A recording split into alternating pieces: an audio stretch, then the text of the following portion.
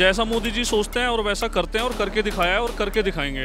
उन्होंने 370 हटाई, वो सबके सामने सब कहते थे कि 370 नहीं हट सकती, खून की नदियाँ बह जाएंगी, और आपके सामने आज 370 हटी है, जिसको सब इम्पॉसिबल बोलते थे नहीं हो सकता। पश्चिम बंगाल की जो दीदी हैं, दीदी क्या बोल के बुआ हैं, मुख्यमंत्री, उनके सामने जब कोई श्री राम का नारा लगाता है, जय श्री राम बोलता है, तो कैसे चिल्लाती हैं और कैसे ना उनको काटने को खाने को दौड़ती हैं। तो इनको तो चिढ़ श्री राम से पहले भी थी, आज भी है और आगे भी रहेगी। इनके तो पता नहीं खून के अंदर ऐसा क्या है।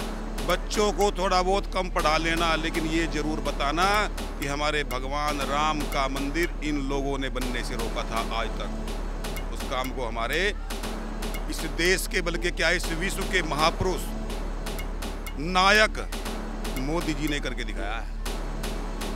बोल रहे हैं कि मैं इसलिए नहीं गया कोई विपक्ष क्योंकि वो राम मंदिर कम और बीजेपी का प्रोग्राम ज़्यादा लग रहा था। अरे भैया,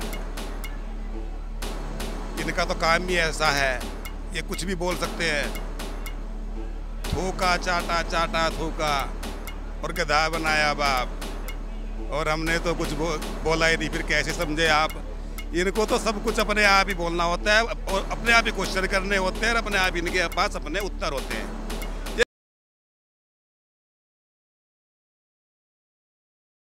नमस्कार, मैं सचिन कुमार और आप देख रहे हैं सौगंध टीवी। जैसा कि आप जान रहे हैं, राम मंदिर बन गया। इसके बाद जो सवाल उठ रहे हैं कि राम मंदिर तो एक झांकी है, काशी और मथुरा बाकी है। आइए जानते हैं, क्या राम मंदिर के बाद काशी मथुरा का भी नंबर है?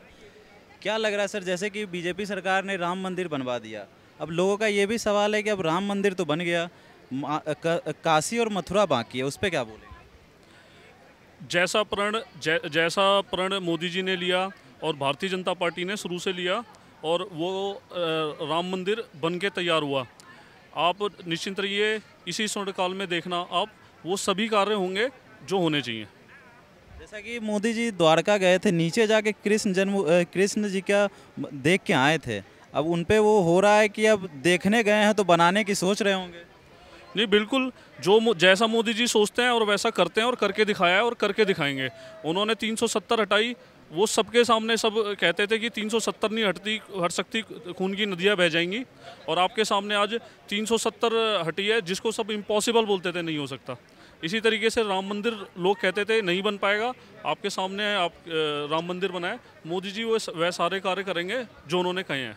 लेकिन राम मंदिर पे एक टिप्पणी और होता है कि मंदिर अभी पूरा बना नहीं, फिर भी उसका उद्घाटन कर दिया क्योंकि चुनाव आ रहा था। अगर इनको थोड़ी सी भी जानकारी हो, प्राण प्रतिष्ठा जो होती है, पूजन के लिए प्राण प्रतिष्ठा पहले से कर दी जाती है। मंदिर, भव्य मंदिर तैयार हो रहा है और बहुत ही जल्दी आप देखेंगे भव्य मंदिर तैयार हो जाएगा वहाँ पर।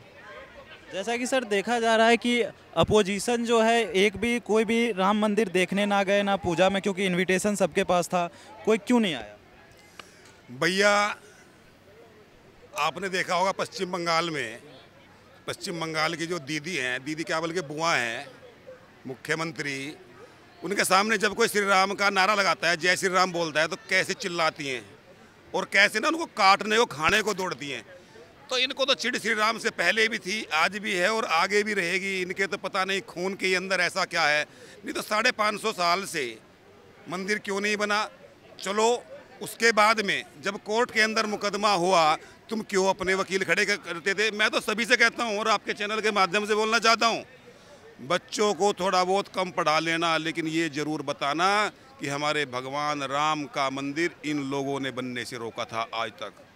उस काम को हमारे इस देश के, बल्कि क्या इस विश्व के महापुरुष नायक मोदी जी ने करके दिखाया है।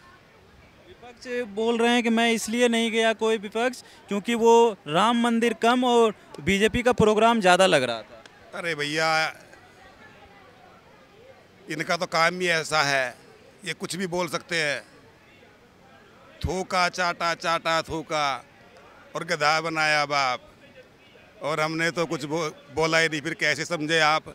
इनको तो सब कुछ अपने आप ही बोलना होता है और अपने आप ही क्वेश्चन करने होते हैं और अपने आप इनके पास अपने उत्तर होते हैं। ये कुछ भी बोल सकते हैं, शानी बिल्ली खम्बा नोचे, ये इनका काम रहा है शुरू से, इसीलिए देश की जनता देख रही है। आपका चैनल के माध्यम से सभी लोग देखेंगे और देख रहे हैं, हम भी जानते हैं, सब जानते हैं, पूरा विश्व आज मोदी में है, मोदी में। और राम में कर दिया पूरे संसार को।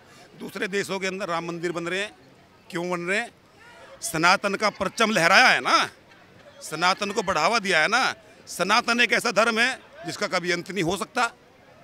तो हम सबकी विचारधारा पूरे विश्व का कल्याण हो, भारत का कल्याण हो, गरीब का कल्याण हो, युवाओं का कल्याण हो, बहनों का कल्याण हो, किसानों का कल्याण हो, ऐसी सोच के हमारे मतलब प्रधानमंत्री हैं।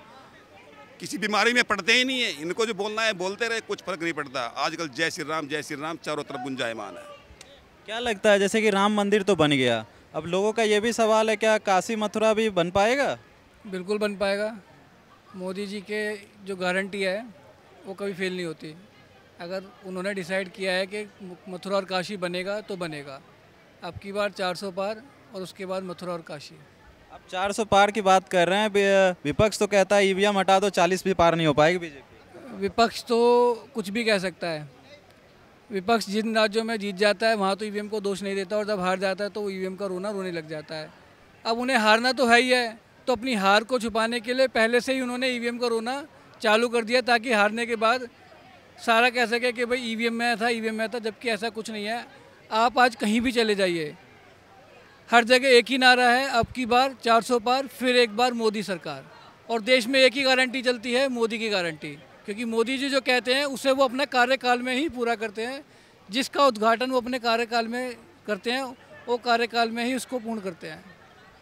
तो जैसा कि आपने देखा, लोगों का मानना है अब की बार 400 पार, क्योंकि मोदी जी जो गारंटी लेते हैं वो अपने कार्यकाल में पूरा करते हैं। ये नहीं कि वादा करके भूल जाते हैं और फिर अगली बार फिर नए वादे कर लेते हैं। और ऐसे ही तमाम खबरों के लिए बने रहे हमारे साथ, देखते रहे सौगंध टीवी। धन्यवाद। आप देख रहे हैं सौगंध टीवी, सौगंध वतन की।